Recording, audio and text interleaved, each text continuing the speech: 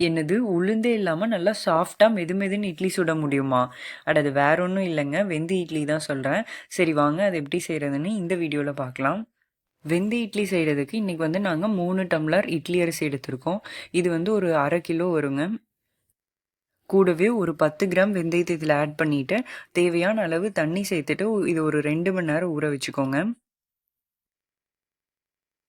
அரிசி ஆட்டுறதுக்கு முன்னாடி ஒரு 10 கொட்ட முத்த உரிச்சு எடுத்து இதில ஆட் பண்ணிக்கோங்க. மாவு ஆட்டி எடுத்ததுக்கப்புறம் தேவையான அளவு உப்பு சேர்த்துட்டு, நார்மலான இட்லி தோசை மாவு இருக்கும் இல்லங்க, அத வந்து 1 கரண்டி இதில ஆட் பண்ணிட்டு நல்லா மிக்ஸ் பண்ணி விட்டுக்கோங்க. இந்த மாவு புளிக்கிறதுக்கு வந்து ஒரு 5 மணி நேரம் ஆகுங்க. 5 மணி நேரத்துக்கு அப்புறம் நம்ம இட்லியா சுட்டு எடுத்துக்கலாம். மாவோட கன்சிஸ்டன்சி வந்து இப்படி தண்ணியாட்ட தான் இருக்கணும். இட்லி வெந்ததுக்கப்புறம் பார்த்தீங்கன்னா, நல்லா சாஃப்ட்டா நடுவுலலாம் இப்படி வெடிச்சு வெடிச்சு இருக்குங்க. பார்க்குறதுக்கே நல்லா டெம்ப்டிங்கா இருக்கும். வெந்தய இட்லிக்கு வந்து ஒரு பெஸ்ட் காம்பினேஷன்னா அது வந்து தேங்காய் சட்னி தான். கார சட்னியும் இதுக்கு நல்லாருக்குங்க.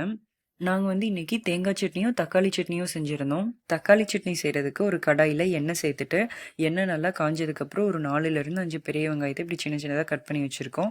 அத இதில ஆட் பண்ணிட்டு, 2 வரமிளகா, கொஞ்சமா கருவேப்பில, 4லிருந்து 5 பல் பூண்டு, ஒரு பெரிய சைஸ் தக்காளி இது எல்லாத்தையும் இதில ஆட் பண்ணிட்டு நல்லா ஃப்ரை பண்ணி எடுத்துக்கோங்க. கடைசியா தேவையான அளவு உப்பு, கொஞ்சமா கொத்தமல்லி தழை இது 2த்தையும் சேர்த்துட்டு, இது நல்லா ஆறுனதுக்கப்புறம் இத நம்ம அரைச்சு எடுத்துக்கலாம்.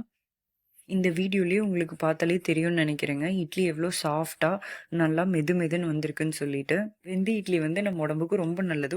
உடம்போட சூட்ட வந்து குறைக்கும். கண்டிப்பா இது ஒருக்கா ட்ரை பண்ணி பாருங்க. திரும்ப திரும்ப இத செஞ்சு பார்ப்பீங்க. இதோட டேஸ்ட் வந்து அவ்ளோ சூப்பரா இருக்கும்.